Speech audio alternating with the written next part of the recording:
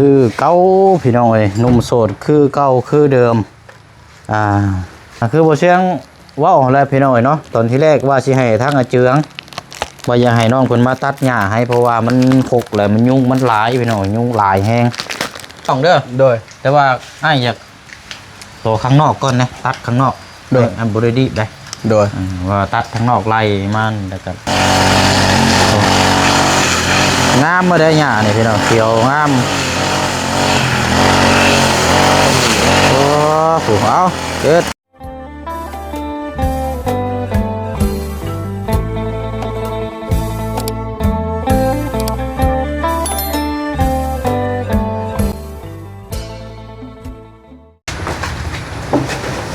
คือเก้าพี่น้องเอ้ยหนุ่มโสดคือเก้าคือเดิมห่างเหินกันนานแต่ว่าก็ยังคือเก้าพี่น้องเนาะพอดีว่าหากมาแต่บ้านน้องออนนี่แหละพี่น้องบ้านน้องออนแล้วก็ให้ทางสร้างเขาเพิ่นไปเดินสายไฟเข้าห้องครัวติดตั้งหลอดพื้นหลอดไฟตอนนี้ก็ยังอยู่ดำเนินการเฮ็ดอยู่นะพี่น้องเนาะเลยเข้าไปเฮือนน้องซอนและเอาสวิตช์พี่น้องสวิตเกอร์เอาลงไฟก่อนก็เลยถามทางน้องซอนน้องเพิ่นว่างบ่พี่น้องเนาะก็เลยให้น้องเพิ่นมาตัดหญ้านี่แหละพี่น้องเนาะเพราะว่าคือบ่เชียงว่าออกแล้วพี่น้องเนาะตอนที่แรกว่าสิให้ทางอาเจืองว่าอย่าให้น้องเพิ่นมาตัดหญ้าให้เพราะว่ามันพกแล้วมันยุ่งมันหลายพี่น้องยุ่งหลายแฮงพี่น้องก็ฮู้อยู่ว่าถ้าเฮือนมันหกมันเหือแต่มันก็บ่งามหูงามตาแล้วก็มันคล้ายๆคือบ่แม่นเฮือนคนอยู่นะพี่น้องเนาะบ่เชียงก็แจ้งบอกแล้วไปก่อนหน้าสำหรับทางอาเจืองก็จักสิว่าในไรพี่น้องเนาะเมื่อวานนี่ก็เข้าไปหาแล้วก็มอบในอยู่ในกินไปให้แหละบอกทางน้องห้างว่าให้อยู่เฮือนช่วงประมาณ8 ถึง 9 โมงอ้ายสิเข้าไปหาเด้อกลับเข้าไปนี่ก็บ่อยู่อีกพี่น้องจักไปทางใดก็เลยบ่ฮู้สาเหตุว่าเขาเจ้านี่เป็นหยังกันตอนนี้นะพี่น้องแต่ว่าเฮาในนามคืออยากซอยแล้วเฮาเป็นสะพานบุญให้แล้วเฮาอยากให้เสมอต้นเสมอปลายมีหยังบ่แจ้งก็ว่าถ้าว่าคือจังซี่แหละพี่น้องถ้าว่าบ่แม่นว่าสิให้มาตัดตลอดหรอกตัดหญ้าก็รอบที่แล้วก็ทางน้องสอนทางน้องสอนให้น้องเพิ่นมาตัดให้แล้วก็ตัดก็บ่แม่นว่าเฮาสิให้ตัดซื่อๆนะพี่น้องเฮาก็ให้ค่าน้ำค่าในนี่อยู่นี่กินอยู่ที่ผ่านมาก็บ่ฮู้คือกันพี่น้องบ่ฮู้สาเหตุคือกันพักๆนี่นั่นบ่ค่อยเห็นอาเจืองฮู้ว่าเฮาสิเข้านี่น้องเพิ่นลบไปเลยนะพี่น้องบ่ฮู้คือกันว่าเขาเจ้าผิดกันกับลูกกับเมียบ่หรือว่าผิดกันช่วงระยะแบบไม่เท่าป่วยนี่บ่หรือว่านี่ใดอันนี้บ่เชิงกับบ่ฮู้นํคือกันเนาะเอาพี่น้องเด้อเนาะสบายดีพี่น้องนํกันเบิดสุขุสุคนพบเจอกันคือเก่าคือเดิมฟ้าฝนตกเนาะพี่น้องเนาะฟ้าฝนดินในตอนนี้ก็เนาะคือเก่าเด้อน้องสอนเด้อได้อยู่แล้วว่าได้คืออ้ายว่าแล้วเพราะว่าตอนที่แรกว่าสิให้ทางอาเจืองอันนี้พี่น้อยว่าสิให้ทางอาเจืองมาตัดแหละบ่ฮู้เราเฮ็ดงานยังช่วงนี้น่ะบ่อ้ายถามน้องห้างนี่จักเราเว้าหยังเว้าแบบบ่เข้าใจแบบบ่ฮู้คือกันแบบ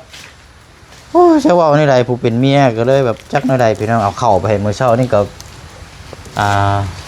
แบกเข้าไปพี่น้อยแบกเข้าไปแล้วก็คือเห็นน้ำกันนั่นละกินนมก่อนขอบใจละลายกินเจ้ากินมาแล้วว่าเขากินแล้วคันบุคันกินเดี๋ยวกินก็ไม่ก่อนก็ได้กับเขาอยู่เพราะท่านได้กินข้าวเช้าคือว่าเราไปกรีดยางบงฉันบอกหรือว่าเห็ดเวียกยังโอ้โหแหละยันตัดไม้ตัดยังแต่ว่าถามน้องห้างเมื่อนี่กะว่าไปเล่นวินอยู่นี่บ่ฮู้ว่าฮู้แต่ว่าเล่นวินแต่ว่าหากบ่ฮู้ว่ามีคนหรือบ่นี่ก็บ่ฮู้คือกันพอมันอยู่ในช่วงอันว่าสะพานมองนี่จะขาดอีกเลยเด้ที่ว่ากระเจ้าเฮ็ดฉุกเฉินนะพี่น้องมันขาดแล้วมันฝนตกแห้งเมื่อวานเมื่อก่อนนี่ก็บ่แน่เนาะแต่ว่าก็ไปบ่ไปก็ต้องบอกนะพี่น้องเพราะว่าบ่เชียงเป็นคนบอกไว้แล้วว่าให้อยู่เฮือนเพราะว่าอยากให้แบกเข้าแน่ครับอยาก ถามแน่แล้วเพราะว่าห่างเหินกันกับผ่านหน้ากล้องแต่หึงแล้วแต่ว่าช่วงนี้พักๆนี่เรามีแต่อยากลบนะพี่น้องมันก็แปลกอยู่ก็คือพี่น้องเห็นน้ำกันนั่นแหละนี่กันโอ้โหคือกันเนาะเอาอย่างไรก็จ้างว่ากันกับตามเบิ่งน้ำกันและพี่น้องเอ้ยเขาเจ้าอาจจะมีอย่างทั้งครอบครัวผัวเมียกันนะแต่ว่าเฮากับบ่ฮู้หรอกเนี่ยครับแต่ว่าอย่างไรก็เตรียมแต่บ่ได้เกี่ยวกับเฮาให้คุยกันเองเด้อแต่ว่าเวลาที่เฮาบอกเฮาเวลาหยังไงต้องเฮ็ดแหละเขาบ่เฮ็ดก็คือต้องบอกประมาณนี้นะพี่น้องเพราะว่าเฮาก็คือมื้อนี้ก็ไปมอบข้าวมอบน้ำมอบเงินหยังให้อยู่นะพี่น้องเอ้ยทางผู้ใหญ่เพิ่นมอบหมายให้เอาคือเก่าแน่น้องเด้อโดยแต่ว่าอ้ายอยากโตข้างนอกก่อนนะตัดข้างนอกโดยอันบ่ได้ดีได้โดยว่าตัดข้างนอกไล่มันแล้วก็หมอกข้างในก็จังเข้ามาข้างในก็แต่ห้องน้ำห้องในคือเก่าแล้วแต่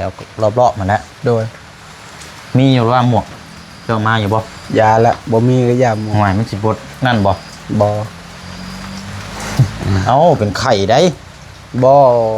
เฮ็ดแดดใครน่ะยานมันจอยเด้แดดนี่เฮ็ดนี่ม่วนอากาศเย็นอันนี้น้ำปิดโดยเดี๋ยวจะเอาน้ำเลยแล้วเจ้าชื่อน้ำมันมากินนี่ใจตู้อันบ่น่ะโดยเราใช้อยู่แล้วว่าน้ำมันรถจักรใช้น้ำบ่ได้ใช้น้ำมันช่วงนี้ก็แพงปิดก่อนนะเดี๋ยวมันสิเปลืองแบตห่านว่าอะไรก็ลืมถาป้ายเห็นเจ้าอะไรโอ้ยเดี๋ยวสิโทรถามก่อนพี่น้องป้ายรถน้องซอนน่าจะฮอดได้หลายเลขเพราะว่าอันเลขเจ้าน่ะมัน30เท่าไรก่อน3040บ่โดยยานสนาม3040เพราะว่ามันอยู่รัก2บ่พี่น้องคันว่าเฮารัก3ก็แม่นน่าจะได้ละเดี๋ยวอาจสิโทรหามาให้อีกเด้อโดยใส่ป้ายแล้วมันจะงามบ่พี่น้องอันนี้ก็เอาแล้วรถบ้านเฮาเนาะรถมันออกลายเพื่อสิได้ป้ายออกมานี่รถก็สิไปเบิดแล้วพี่น้องมันก็สิเข้าปีเลยเด้โอ้กลัวสิขาวแล้วเติงเลยพี่น้องเอ้ยเนาะบ้ายังออกมาอยู่ยำหับอยู่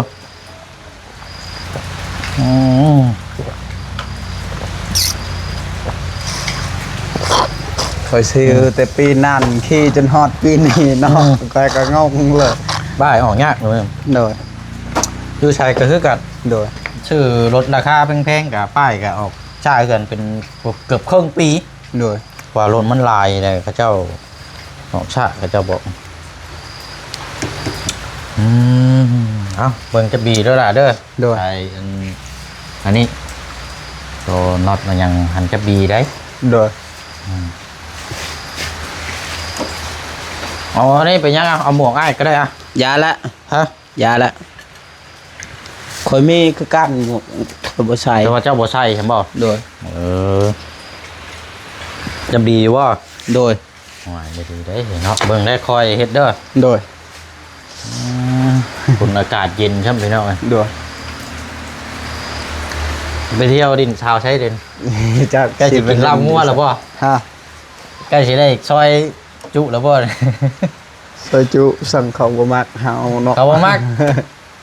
โอ้ยไปสั่งว่าแท้เขาบ่มักเนาะหายากแท้ผู้สาวนี่เนาะ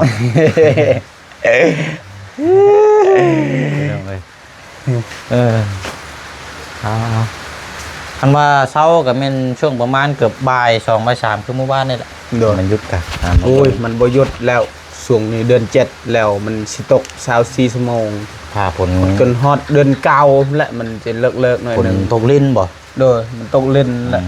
เดือน7นี่ตกแน่บางเทื่อก็หยุดแน่นั้นตกตลอดพันหยุดก็ช่วงแรกประมาณ4 โมง 5 โมงหยุดแล้วสำนักแต่ในนี้มันบ่หยุดดอกตกเล่นตลอดไผเฮ็ดหยังอันนั้นบ่ฮู้แล้วคือยืนท่าแบบชะลอแบบเตะนั่นครับเพิ่นเฮ็ดหยังจักแหละดินขี้ต้ม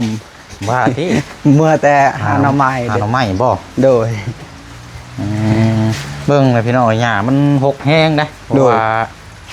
นี่เต็มหมดเลยน่ะมันบ่อยากให้ตัดนี่น่ะมันหกแห้งแล้วเขาก็ฮู้อยู่ยันงูยันหยังอะไรมันอันนี้แหละนานทีก็ตัดนะข้างนอกสวนกล้วยพุ่นหญ้าคาพุ่นยังบ่เว้าเลยทางน่ะโดย จะตัดอันเฮ็ดแบบบริเวณเก่าเด้อน้องเด้อ โดย เดี๋ยวก็เพราะว่าบางเทื่ออ้ายสิให้เจ้าอยู่เฮือนตัดแล้วเจ้าคอยเฮ็ดไปแล้วอ้ายสิไปถ่ายเวียกอยู่บ้านสกีพีนนำแน่นะ โดย แล้วจังสิกลับเข้ามาเด้อ โดย ให้เจ้าคอยเฮ็ดไปแล้วก็อันน้ำในเนี่ยอยู่ในกินเดี๋ยวอ้ายสิเอาไว้ในโต๊ะหันก็ได้เด้อ โดย น้ำ โดย เด้ออยู่น้ำอ้ายนะอันนี้อยู่ในกินข้าวต้มขนมไปอะไรเนาะ โดยสวัสดีเด้อ เด้อไปพี่น้อยให้น้องเพิ่นจวดก่อนบาดนี้เนาะ โมเมนต์จวดเต็กได้พี่น้องก็จวดอันตัดหญ้าได้ เดี๋ยวก็หกแน่จักหน้อยช่วงนี้กับพี่น้องตัดไตทั้งนอกแล้วก็จังอันนี้เดี๋ยวเบิกน้ำกัดอีกจักหน้อยพี่น้องเนาะเดี๋ยวช่วงแรงๆคือเก่าพี่น้องเนาะเดี๋ยวสิอัปเดตอันทางน้องคำบีให้ทางพี่น้อง FC ปะรุงเขาติดตามน้ำกันอีกเนาะเพราะว่ามื้อก็จะเดินทางแล้วเนาะพี่น้องเนาะจะเดินทางแล้วพี่น้องแล้วก็สิได้พูดคุยน้ำกันอีกนะเด้องาเพิ่นก็ตีกองเลยพี่น้องอยู่วัด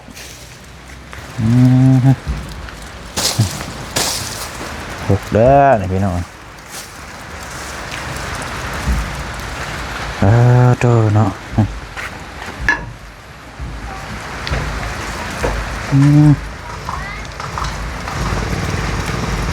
เบิ่งทั้งน้องสอนจังหน่อยก่อน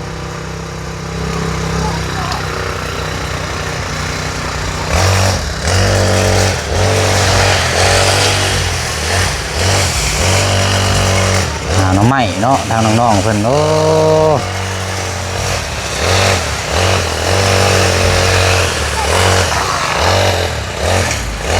หมูมากะไก่ก็มักแท้ได้พี่น้องอยู่เฮือนหม่องบ่เชียงอยู่นี่ไก่นี่ก็เข้ามาแบบลายเข้ามานี่ก็ลายแล้วก็อันนี้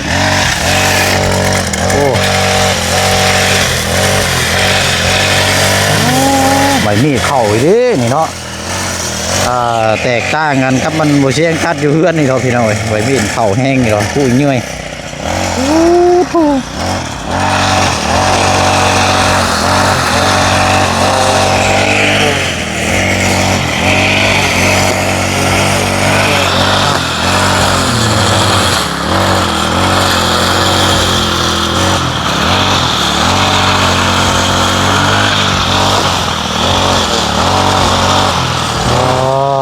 ใบมีดยอดเลยพี่น้องเดือดดีด้อใบมีดนี่ได้เป็นนี้ได้มันซึมบ่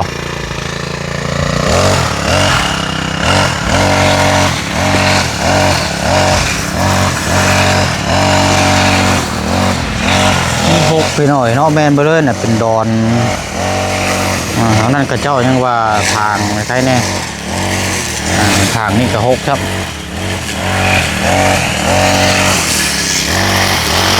เดี๋ยวให้น้องเพิ่นคอยตัดไปนี่ได้พี่น้อย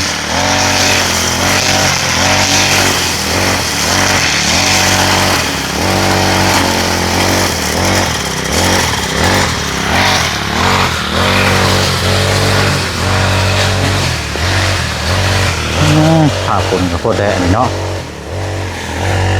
หกแห้งพี่น้อยเนาะทั้งห้องน้ำห้องในพวกเปื้อน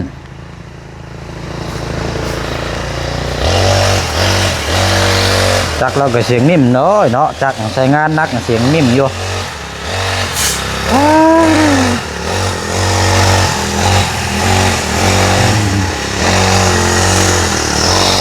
ปุ๊บนะพี่น้องเนาะเดี๋ยวให้ทั้งน้องเพิ่นคอยตัดไปโอเช่นก็สิเอาไปเวียกก็หลังจากสิกลับเข้ามาอีกนะพี่น้องเนาะ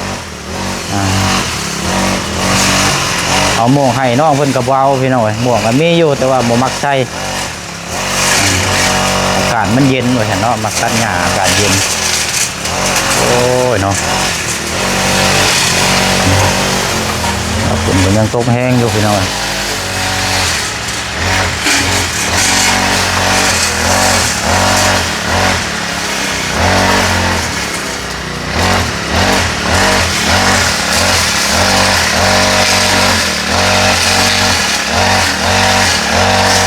ใบมีดนี่เข้าแห้งต้องหับอยู่บ่พี่น้องใบมีดนี่จะตรวจแล้วแตกจากเลยขาด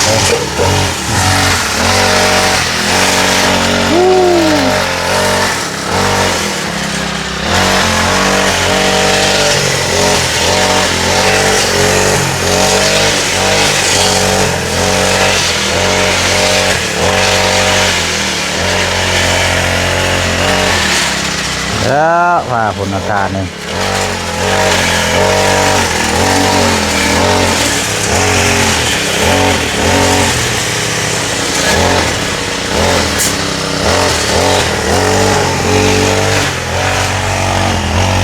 คนเฮานี่บ่แม่นเว้าได้พี่น้องเว้าด้วยความหักความแพงนี่ก็หักแพงเนาะแต่ว่าเว้าแบบถ้าว่าเฮาต่างคนต่างแบบคือบ่เห็นใจกันนี่มันสิมีแล้วหรอกพี่น้องมองที่ว่ามันให้ผิดสังเกตนี่กันสิเว้ากันคือเจืองนี่ก็บ่เช่นก็ผิดสังเกตมาช่วงนี้แหละแต่ว่าบ่ได้เว้าพี่น้องก็เลยอยากมาเว้าให้ทั้ง FC เฮาเนาะรับรู้นํกันคือช่วงอันน่ะแม่ย่าแล้วไม่เฒ่าแล้วป่วยนี่แหละพี่น้องช่วงนี้แหละแล้วก็กลับเข้ามาหั่นแล้วก็จักเป็นอะไรพี่น้องแล้วก็มีแต่ลบๆเป็นช่อนบ่ฮู้ว่าเป็นแบบใดนะเนาะก็จังว่ากันพี่น้องเห็นได้เงินส่วนหลายก็มีแต่ให้ทั้งน้องห้างและเป็นคนถือพี่น้องเนาะเป็นคนถือกอบกรรมแล้วแต่เนาะทางครอบครัวเขาเจ้าก็นี่ทางผู้ใหญ่เพิ่นก็ทดช่อยก็คือลูกนั่นแหละพี่น้องหรือว่าทางพลักน้อยนั่นแหละโธ่แต่โคกกินฮอดงัวควายเลยพี่น้องเนาะแบบมีหญ้าแบบนี้หญ้างามแฮงหญ้างามลายพี่น้องคันว่าคืออยู่บ้านนี่ยังว่าเอาให้งูควายเนาะเป็นอยู่ในเรือนผมยังงามเลยพี่น้องเป็นเงาเป็นคอเป็นเปียงเนาะเบิ่งเราตัดงามมาได้หญ้านี่พี่น้องเขียวงามโอ้ผูกเอาเกิดผูกเงื่อย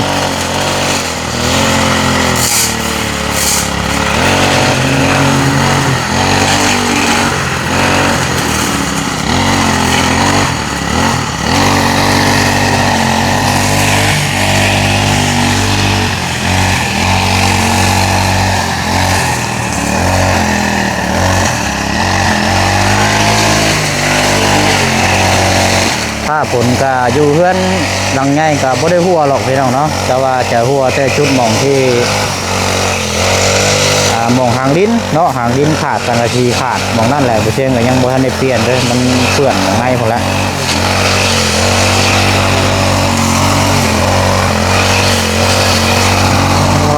โอ้แต่พี่น้องงามดีพี่น้องเนาะ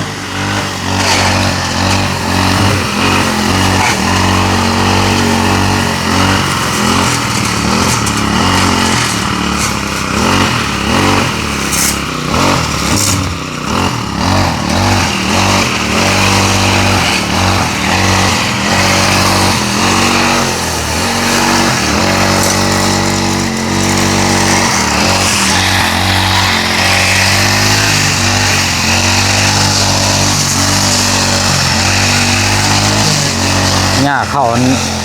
ใบมีดเข้ามันตัดมันก็ง่ายพี่น้องไว้วันเวลานี่แป๊บเดียวสิเข้าเที่ยงเลย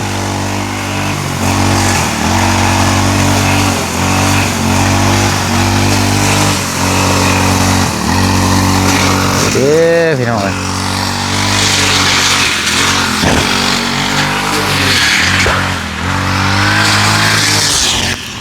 ยังก็ตามแต่พี่น้องเนาะสิ่งอยู่ในโลกนี่นะให้เบิ้งน้ำกันยาวๆยังก็แล้วแต่พี่น้องเป็นอย่างจังว่าขั้นในเบิ้งน้ำกันยาวๆก็เพื่อบุญงามความดีว่ามันสิคือเก้าบ่พี่น้องเนาะถ้าว่าเฮาบ่ได้อยู่น้ำแล้วก็หรือว่าเฮาบ่ได้ เกี่ยวของบัวพันธุ์ไปมาหาสู่นี่ก็บ่เป็นหยังพี่น้องแต่ว่าในระหว่างที่เฮาไปมาหาสู่นี่อันนี้อยู่ในช่วงที่เฮาติดตามแล้วก็เบิ่งนะพี่น้องว่าสิเป็นจังไดนะเนาะฮู้แล้วพี่น้องที่ไปที่มาคือว่าให้เบิ่งนํกันกับเบิ่งยาวๆอันนี้ประมาณนี้แหละเนาะโอ้ยเนาะมีหยังล่ะมาสิใช้ฮะมีหยังในถุงน่ะบังปุ้งเนาะใช้เบิ่งหาบ่นะว่าดินน้ำแน่โธ่พี่น้องสิได้ดินง่ายๆเด้นี่บังปุ้งเห็นบ่ในเพิ่นห้องนะใช้เบิ่งหาคิดเห็นตอนน้อยเลยพี่น้องเอ้ยใช้เบิ่งหาถือยิงตัวนี้ก็ได้นี่พี่น้องเอ้ยบังปุ้ง ยิงกันบ่บัดนี้เจ็บบ่เจ็บเอาแล้วบ่เฮ็ดเสียงขดกลุ่มรถนี่เทไว้หาไม้อีกลูกหนึ่งนะโอ้เบิ้งพี่น้องเอ้ยอาวุธ อาวุธนี่คือหมากอันนี้ก็พอดีเลยนี่เนาะอันนี้บางเดียวอันนี้พี่น้องเอ้ยบางเดียวจับแบกไปเลยนี่ยิงขดกลุ่มรถอันนี้เนาะโอ้เอาโอเคเนาะเสียงมันหลังมันอันนั้นพี่น้องเดียวช่องเสียนี่ได้ได้ละขอบใจเอาพี่น้องตามชนบทนี่แหละทางน้องๆเพิ่นกะลิ้นหาเที่ยวเนาะเป็นบ้างป้งพี่น้องบ้างป้งบ้างแบบปืนเนาะสมัยแต่ยังน้อยๆเขาก็ลิ้นผ่านมาเบิดแล้วละพี่น้องเนาะก็เลยอันนี้น้ำกันเห็นแล้วหญ้าคาเห็นแล้วหมุนติ้วๆแล้วผม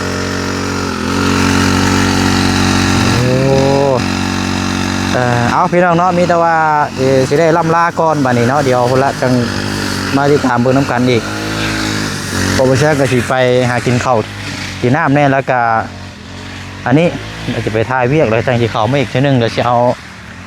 น้ำในแล้วก็เนี่ยอยู่นึกกินเอามาไว้โต๊ะไว้ให้ทั้งน้องเพื่อนแล้วก็น้องเพิ่นตัดพักพรพักเมื่อยแล้วก็จังกินเนาะพี่น้องเนาะเอาเนาะลาพี่แล้วน้องไปก่อนเด้อเนาะขอบใจทางประดุงเฮาน้ำกันเบิดสุกูสุกคนเนาะสบายดีพี่น้องเนาะ